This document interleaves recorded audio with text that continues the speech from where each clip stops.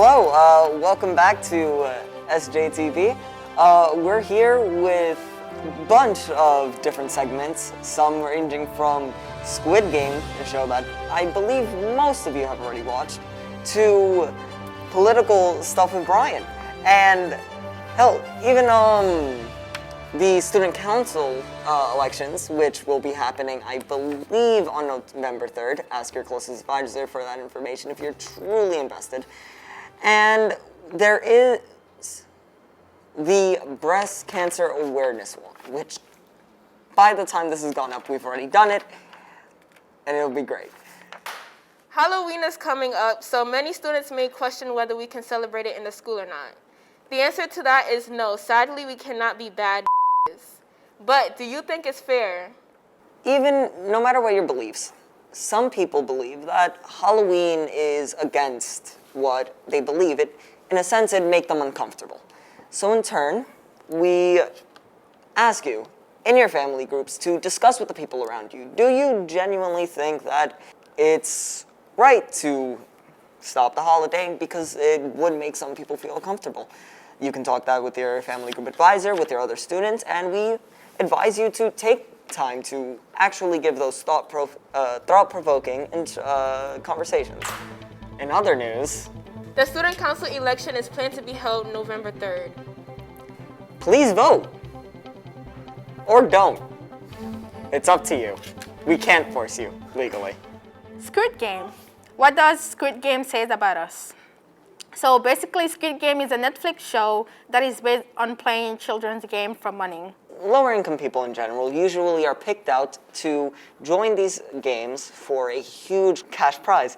And because of that, they're chosen for these games to play child games for huge sums of money. Problem is, these games have a deadly twist. Yep.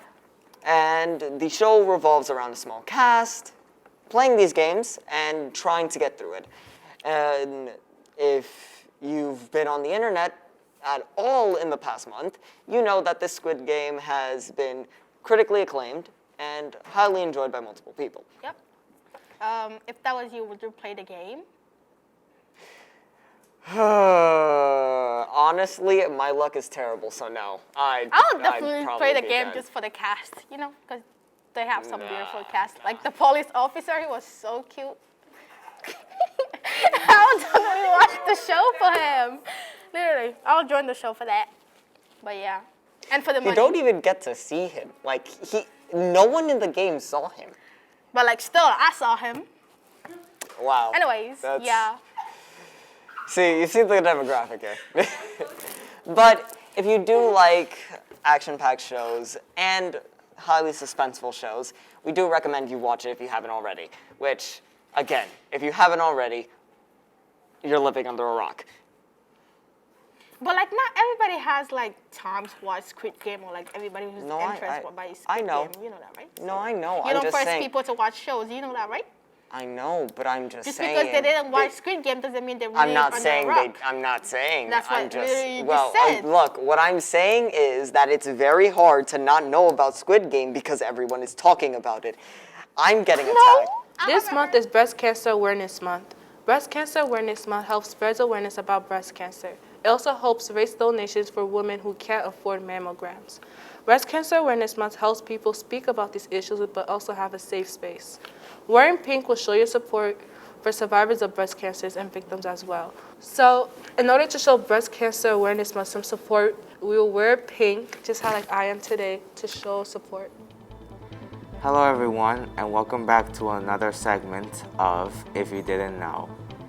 We are only a week away from Election Day. Here's a little background on the mayoral race. As you may have heard, we are getting a new mayor, as our current one, Bill de Blasio, is term limited. Back in June, we had a mayoral primary in which both the Democratic and Republican parties would choose their own candidates to advance towards the general election. On the Democratic side, Eric Adams, the current borough president of Brooklyn and retired police officer, is the Democratic nominee. On the Republican side, Curtis Silwa, leader of the Guardian Angels, is the Republican nominee. Now, given the city's 7-1 Democratic advantage, Adams is the likeliest candidate to win in the general election. However, there are still other interesting races to keep in mind, like the race for Bronx Borough President featuring Vanessa Gibson, and state ballot measures having to do with environmental rights and voting rights. You can check more on this at www.ballotpedia.com. Before we end this segment, I would like to give a shout out to Congressman Richie Torres. Congressman Torres has made housing and homelessness the centerpiece of his political career. He also made history by becoming the first openly gay Afro-Latino member of Congress. I'm Brian Torres, and thanks for joining If You Didn't Know.